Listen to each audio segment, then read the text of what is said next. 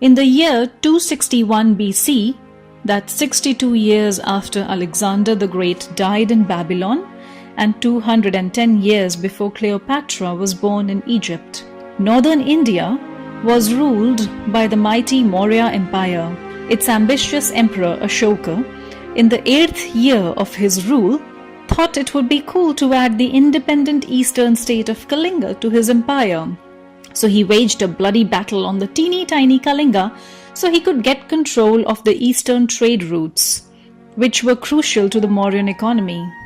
The result of the war? A bloodied battlefield of thousands upon thousands of dead men. An equal number, if not more, of women and children, families, households left without their sons, fathers and brothers. Thankfully, for once in the history of India, and perhaps the world, and even mankind, a privileged highborn who'd always had it easy actually felt bad about the misery he had caused on so many poor families in his personal search for his vain territory and his vain glory. So here was Ashoka, the mightiest king, sunk deep in sorrow and regret at the pain he had caused. An ironic turn of events, if you ask me, as his name Ashoka actually means without sorrow. This deep remorse at winning the Kalinga War became the key moment of Ashoka's life. Ashoka entirely gave up violence after this war and never fought another war to conquer territory, which is very admirable. Of course, he maintained armies to defend his territory. Not doing that would have been really dumb, which Ashoka was not. But it was clear that he needed another way to conquer, not with weapons, but this time with peace. But was that possible in a time when violence wasn't a choice for survival but a necessity? Yeah, pre-medieval India wasn't all peaceful Hindu farmers going to temples and enjoying familial bliss. Life was poor, violent, and definitely uncertain. The only answer available in the India of 261 BC that gave any hope for peace was Buddhism. Buddhism was a simple, modest order, mostly among its monks and monasteries, a place where everyone was equal, not layered into castes based on birth, but a place where even the lowborn, the poor, the diseased had a hope to live a life of dignity. Its founder, the Buddha, had died just less than 150 years before. His was a smaller star than that of Hinduism, but it was the one that promised the love Ashoka desired for his people now. When Buddha had died, his mortal remains were divided and distributed among the 8 kingdoms where Buddha had lived during his lifetime, and each kingdom had erected a stupa to keep his remains. Now, why was such a thing done? Well, the remains of Buddha were believed to be his living energy, his very presence, and therefore they were extremely precious to his followers.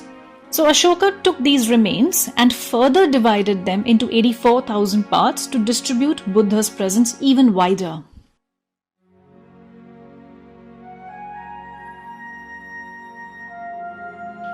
And so he buried Buddha's remains under mounds of mud and placed a chhatra on them, which was a practice to honor the revered.